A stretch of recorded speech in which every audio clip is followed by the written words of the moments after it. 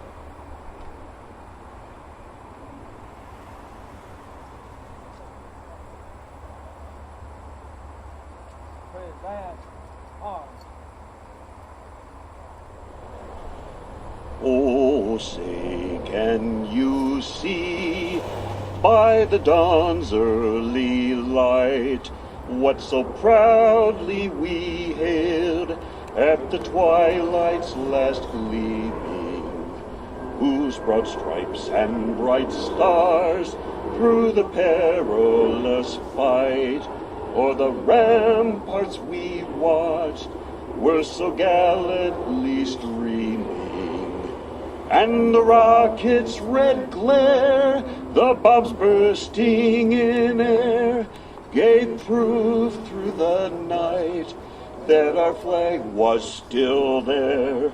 Oh, say does that star-spangled banner yet wave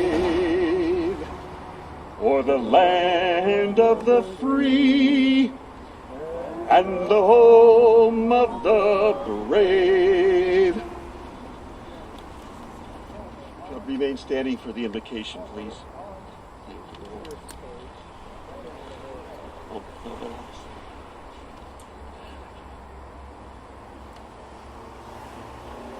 Thanks.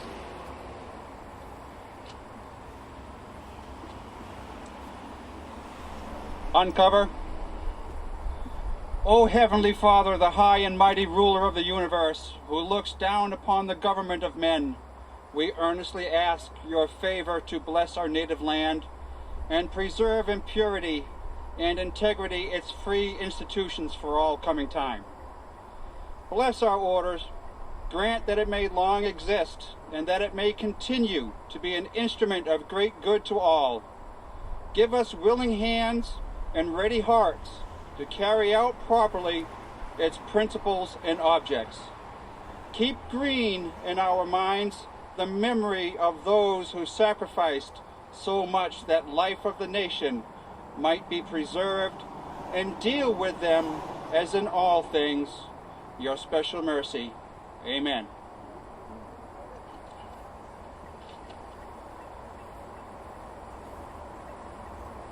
Ladies and gentlemen, please welcome Miss Barbara Sexton Smith, the Honorable Councilwoman for the 4th District of Metro Louisville Council. Well, thank you so very much, and good morning.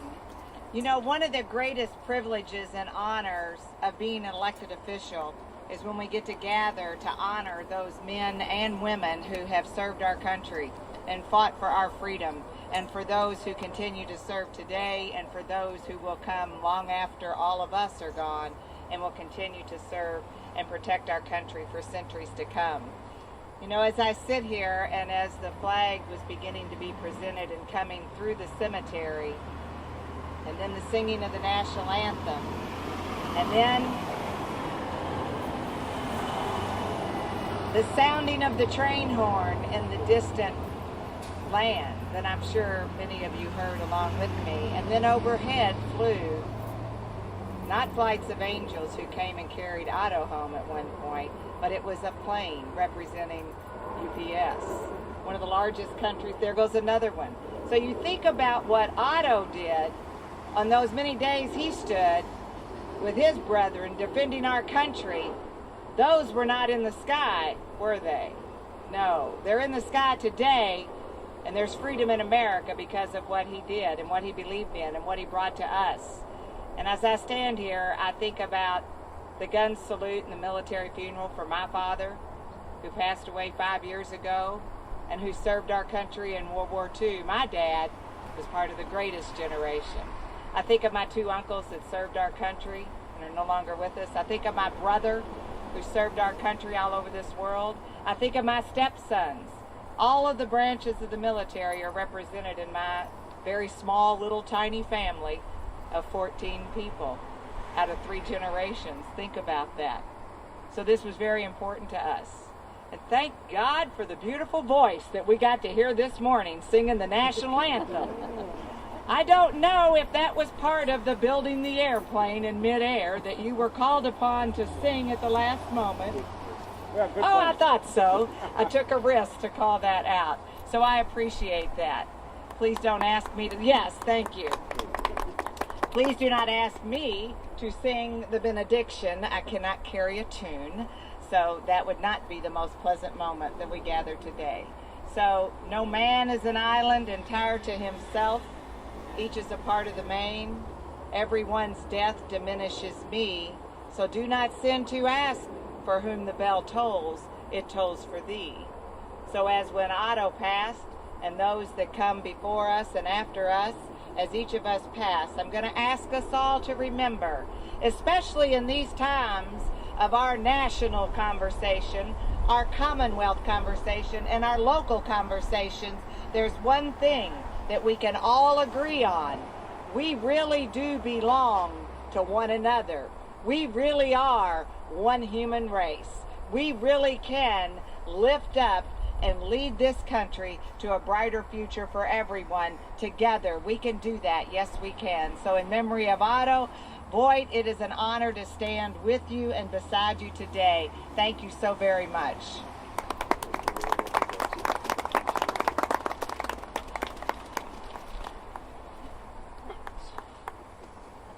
Sorry, I was having a little bit of a technical difficulty. We now have Mr. Stuart Sanders from the Kentucky Historical Society. And before Stuart speaks, I want to thank him for the special help that the Society has given me throughout this process. I really appreciate it. Well, thank you all for having me here today, and it's an honor to be part of this historical marker dedication of Saddler Sergeant Otto Voit, and the Kentucky Historical Society is really proud to be the administrator of the state's historical marker program. We now have about 2,300 of these historical markers found in every county across the state. And we're very proud to have the opportunity to join communities to help commemorate their important history. And part of this important history is Sergeant Otto Voit. First and foremost, I'd like to thank Steve and the sponsors for this marker. I know the Military Order of the Purple Heart played a major role in raising the funds for this marker, so we appreciate their efforts and Steve's personal effort to really essentially pull Otto from the dustbin of history. He was a forgotten person until Steve came along and happened to find the stone and dig up that story and then contact us about getting this historical marker here. And it really shows how history is really local and how one person can really make a difference in bringing back an important and heroic figure from Kentucky's past. And I'm very appreciative of Steve and all his efforts for doing that. I'd also like to thank the Kentucky Department of Transportation because they actually help us by installing all these markers and help us with some of the maintenance issues as well. So I just wanted to make sure that I mentioned them. Well, history is important because it provides us with identity. It gives us a sense of our place and where we are in our Commonwealth. It also teaches leadership. And of the many markers that we do, perhaps none are as greatly tell the story of leadership and heroism as this marker does. And I would encourage you to take the time once we unveil this to really read about the story of Sergeant Voit. He was only one of several Kentuckians who actually fought at the Battle of Little Bighorn. Second Lieutenant John J. Crittenden III, who was the grandson of United States Senator John J. Crittenden, was actually killed at Little Bighorn. The Kentucky Historical Society is now honored to have his watch in our collection that was found on the battlefield. So we try to commemorate Kentuckians who fought at the Battle of Little Bighorn on a regular basis.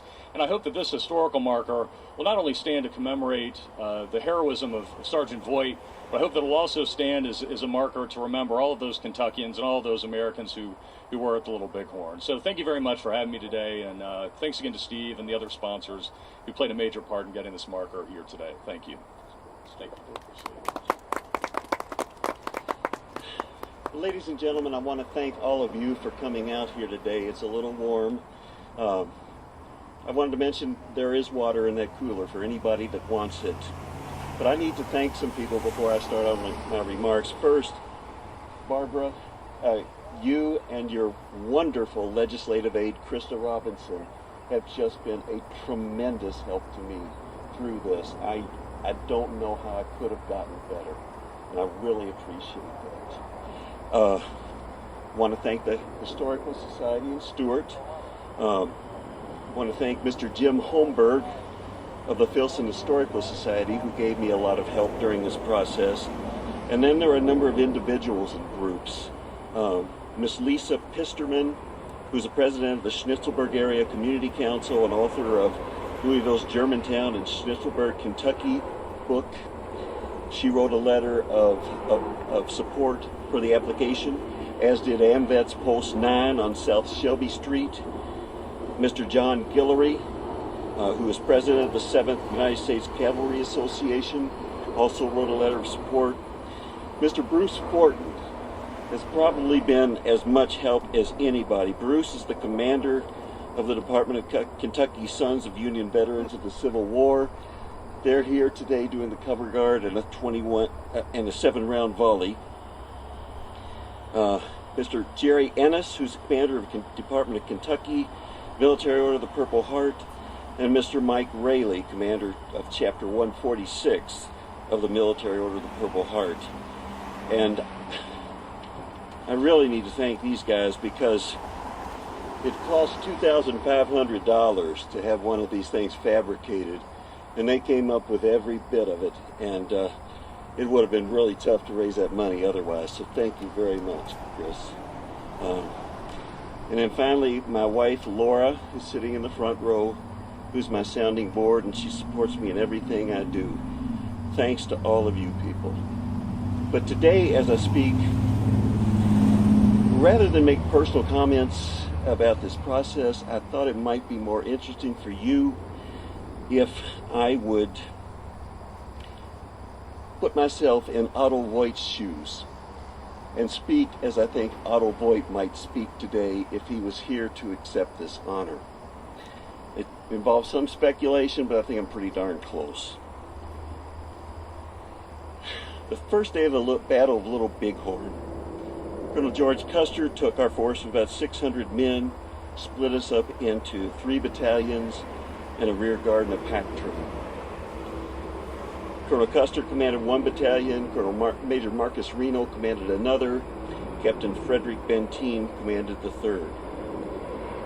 I was in Captain Benteen's battalion, as a member of Company H, and we were assigned a scouting mission on the day of the Battle of Little Bighorn. We went into the hills to look for Indians, and after 3 hours of rough riding, we found nothing. So Captain Benteen decided that we would go back toward the trail that Colonel Custer and Major Reno had taken as they marched toward the Little Bighorn. We came to Reno Hill, and we found Major Reno's battalion, and they looked really, really beaten up. Major Reno's battalion had crossed the Little Bighorn and charged to attack an Indian village. And this was a village that our scouts had said had a lot of Indians. We were able to learn from the remainder of Major Reno's battalion that they encountered so much opposition so quickly as they attempted to charge into the village that they knew that charging all the way in would be a disaster. So Major Reno ordered his troops to dismount and fight. After a few minutes, Major Reno thought that that was not working either. So he ordered his troops to fall back into a large grove of trees. This provided a defensible position, which was very good, and it allowed the soldiers to hold about 250 yards of land. But what was bad about the position was that it could only be defended for a couple of hours, and the position posed no offensive threat to the Indian village. So Major Reno knew that if they stayed there, they would accomplish nothing because they couldn't threaten the village. So he decided to retreat back up the hill to Reno's Hill. While the battalion was preparing to retreat, a group of Indians broke through the grove of trees and fired on the soldiers from about 30 feet away. One of our scouts was shot between the eyes, and the back of his head and his brains blew onto Major Reno, the commander of the battalion. And we were told that the retreat quickly turned into a disorganized race for life through a gauntlet of Indians to get back across the Little Bighorn and up a hill. Soldiers were shot, pulled off their horses, and killed. And so when we found Major Reno at the top of the hill, he was shaken. Yes, that is true. But this only was after he rode through hell wearing another man's brains, riding up the hill. And it was also after he learned that 30 of his men had been killed. That's the situation we found Major Reno's battalion in, and right or wrong, we stayed to support his battalion. After Major Reno's retreat, most of the Indians broke off. We didn't know why. We learned later. But it wasn't very long before they were back, and we were completely surrounded by Indians. Estimates of between 5,000 and 10,000 Indians. There were so many Indians there, they couldn't all occupy the field of battle. But one of the big problems we had was not so much the numbers as the fact that Company H was holding a very thin defensive line, the longest of all the companies, and the Indians occupied a high ground above it. So they were able to shoot down on all of us. We were completely pinned down, we were taking tons of fire, and our slightest movement drew more fire from the Indians. In the 3 or so hours that passed before darkness arrived on this first day of the battle, we lost another 18 men killed and another 46 men wounded. A lot of people wondered, where was Custer? Of course, not knowing that the Indians that had us surrounded had already killed Custer and all of his men. Nobody got much sleep that night. We heard war cries and what sounded like a big celebration most of the night from the Indian village below us. But the thing that really made it tough that night was the just how thirsty we all were. We didn't have much water to start this battle, and it was over 100 degrees that day, and by nightfall we were completely out of water. Men were so thirsty they were sucking on rocks, sucking on bullets, sucking on prickly pear cactus, anything that might satisfy their thirst. None of it worked. And we couldn't even take our minds off the thirst because of the constant welling of our wounded for water. The men who were really suffering and needed it desperately. So dawn soon broke on the second day of the battle, and it was once again over 100 degrees. By that time we were suffering terribly from the heat, the dust, and our thirst. In fact, men's tongues were so swollen from the thirst that they couldn't even close their mouths. One soldier went mad from thirst, actually went crazy. But it was even worse for the wounded because they were losing a lot of blood and begging desperately for the water that they needed for their wounds, much less for thirst. Now, of course, there's plenty of water down at the Little Bighorn River. It's about 400 yards down, a high incline. But any attempt by us to get down there and to get back, also to bring the water, would have been so dangerous that Captain Benteen was unwilling to order soldiers to go down there and do it. I think he finally felt that he had no choice but to organize a mission to go get the water when a doctor told him that he had to have water or the wounded were going to die from blood loss or shock. And Captain Benteen was still aware of the danger. He still wouldn't order any of us to go on that mission. So he instead asked for volunteers, and he got them very quickly. Captain Benteen knew the volunteer water carriers would have to cover a lot of ground that was open and exposed to the Indians in order to get to the river and then to get back up to defensive lines. He dealt with this by detailing 4 of his best marksmen, Private Charles Windolph, Blacksmith Henry Mecklin, Sergeant George Geiger, and me to provide covering fire for the water carriers. As it happened, all four of us were Germans. We were to go outside our defensive lines to stand fully exposed to Indian fire on the crest of a hill. We stood in that position with no cover so we could draw fire away from the water carriers onto us, and so we could put as much covering fire as possible on the Indians to suppress their fire on the water carriers. And you would think, with that many Indians firing on us, that we would be in a panic as we were trying to fire on so many targets so quickly while facing just an absolute hell of bullets. But for me, I was concentrating so hard on the things that I needed to do to get my job done, I somehow felt that I had time to load, aim, fire over and over and over and over again. I was concentrating so hard on my job that I really didn't concern myself with the Indian fire that was whizzing by. When we finally retreated back into our lines, I felt like we'd only been covering the carriers for just a short period of time.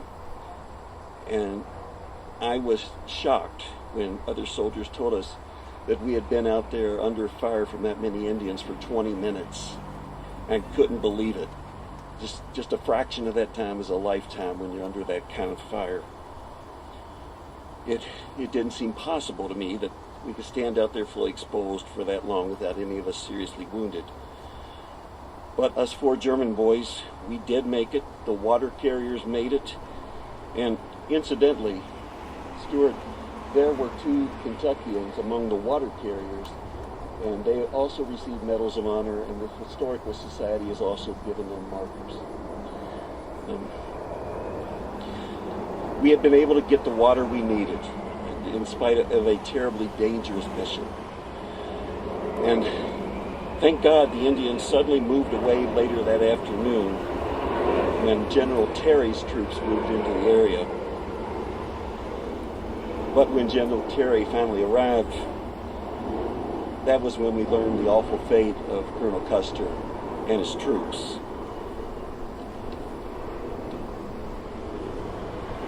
Now 4 of the German boys, Windolf, Mecklin, Geiger, and me, and many of the water carriers received the Medal of Honor for bravery during this mission. Again,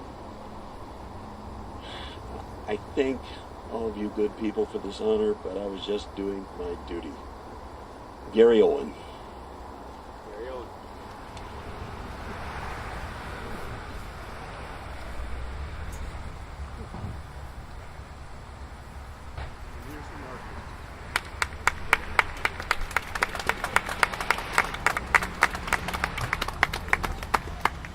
Stand next to the marker so that you need your pictures next to the marker.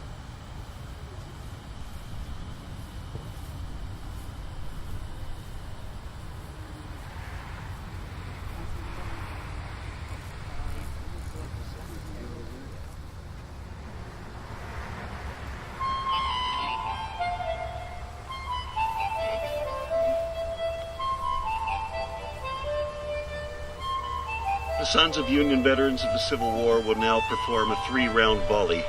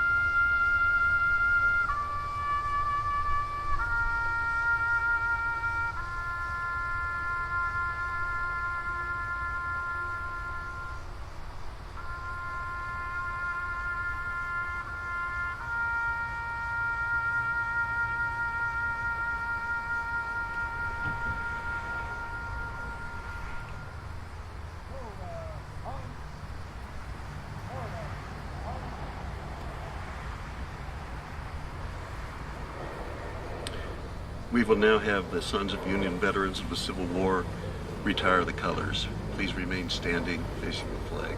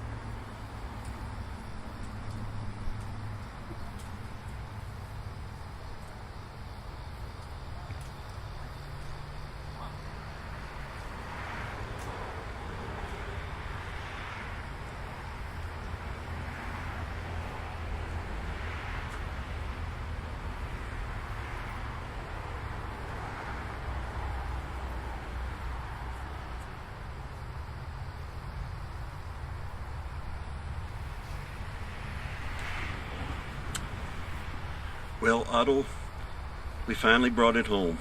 Congratulations. Ladies and gentlemen, that concludes this ceremony. Thank you for your attendance.